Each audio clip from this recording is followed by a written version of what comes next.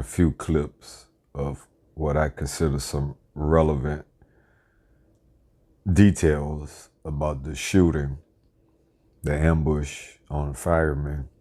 Hopefully you find some value in it, as I did. It's quite informative, I think. Breaking news, the 20-year-old Idaho sniper has been identified, along with the political affiliation of his parents, who are reportedly MAGA supporters. I know what you're thinking, it's absurd that this detail needs to be in the headline, but it appears to be the media's favorite focus. Wes Raleigh is responsible for the fatal ambush on firefighters near Coeur d'Alene, Idaho. Wes, who worked at his father's tree farm located just 11 minutes from the Canfield Mountain area, is accused of starting a fire to lure emergency responders to the scene. Police say Wes killed 2 firefighters and wounded a third before being found dead near his weapon. It remains unclear whether he was killed by law enforcement or died by suicide, according to the Kootenai County Sheriff's Office. 1 firefighter remains hospitalized but is currently in stable condition. While some commentators have fixated on the suspect's background, including his parents' political beliefs, critics argue that this focus is both irrelevant and misleading. Mental health struggles are not dictated by ideology. There are good parents across the political spectrum, whether left-leaning or right-leaning. What's truly troubling is how much attention has been diverted to the politics of Wes Raleigh's family rather than the tragedy itself. The real focus should be on the firefighters, the lives lost, the families grieving, and the community in pain. Let's not allow political narratives to overshadow our compassion. The people most deserving of our attention right now are those who have truly suffered because of Wes's actions. The breaking news is suspected sniper found dead, and now a massive investigation is really just getting underway after what the sheriff says started as an emergency response to a brush fire turned into an ambush on first responders in Idaho. 2 firefighters were killed. The sheriff says a third firefighter was also shot and is still fighting for his life. Calls into emergency dispatch in the midst of it paint a terrifying scene of the moments they realized that they were under attack. Some law enforcement right now, there's an active shooter zone. They're shot. BC3's down, BC1's down. Everybody's shot up here. Law enforcement, code 3 now up here.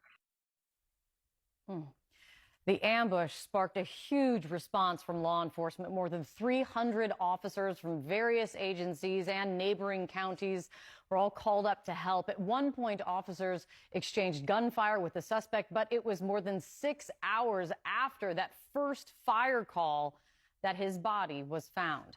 This morning, fire crews are still working to contain the fire that he allegedly started, still burning on Idaho's Canfield Mountain.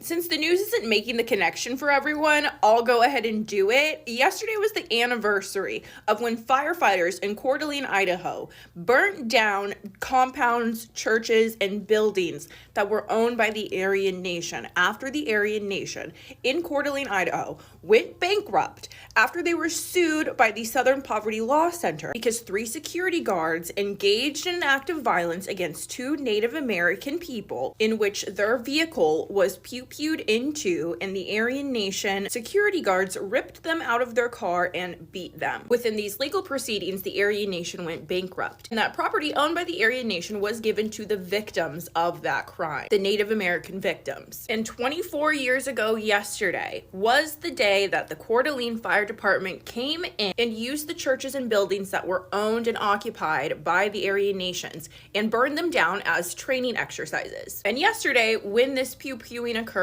it was the 24th anniversary of the fire department going in and burning down these sites. You can go anywhere and read about it. This absolutely did happen, and yesterday was the anniversary. And there is a very long history about the Aryan Nation in Coeur d'Alene, Idaho, but even just recently, you can go back and see many instances where these groups have been emboldened, like last February when Patriot Front came to Coeur d'Alene, Idaho to try to cause a riot at a gay pride event, and they completely got away with it. I do want to talk about the actual perpetrator and more thoughts about this case shortly. shortly. I just wanted to share this. This is very clearly in my mind what the motive was. Meant a little bit more context about where this is happening. It might make sense. If you're unaware, there's currently a situation in Idaho where first responders went to respond to a brush fire, and when they arrived, they were fired upon by a sniper that was hidden in the woods on this mountain. 2 firefighters have tragically already been lost, and other first responders were fired upon. Horrifying, obviously, but would it surprise you to learn that this is all happening in Coeur d'Alene? And if that doesn't ring a bell, Coeur d'Alene is that place where that woman was dragged out of that town hall, one of the early ones, by a bunch of unidentified security guys who were supposedly private security that no one knew who they'd been hired by, who dragged her out of there after they were told to by a man who turned out was off-duty Sheriff Bob Norris, who is in fact the sheriff who's doing all the pressers and doing all the interviews. Yeah, that's him. Who also, by the way, was on some disability thing from California, though apparently he's perfectly fine to still work. So yeah, that's his home turf. It's the same lot. Obviously, that doesn't change how horrifying this is, but I don't know. It kind of feels like it makes sense. CNN's Julia Vargas Jones is live in Coeur d'Alene, Idaho with the very latest. What are you learning?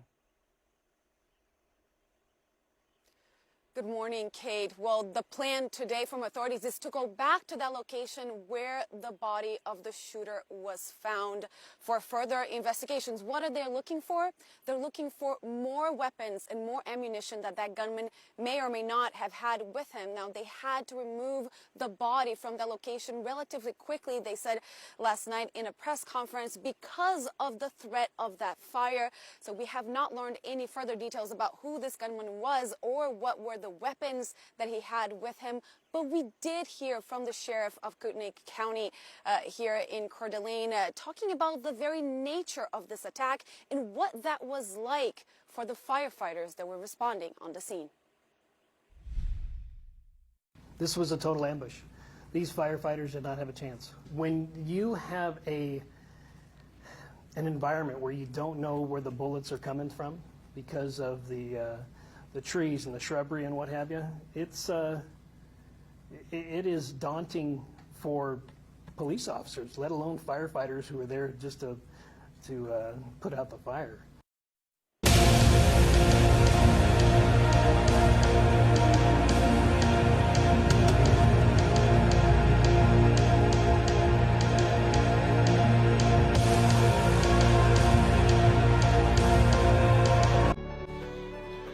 The active situation in Idaho was almost certainly a white supremacist. Now, I'm from this area, so I can tell you without a doubt, white supremacist groups are rampant in the Idaho area, North Idaho especially, and 24 years ago, the firefighters in Idaho, exactly on June 29th, the day this happened, burnt down some of the former Aryan nations' compounds during training exercises this week. It's obvious. Now, it's hard to say if this was coordinated at this point. There's only one person involved that we believe, the suspect, who is no longer.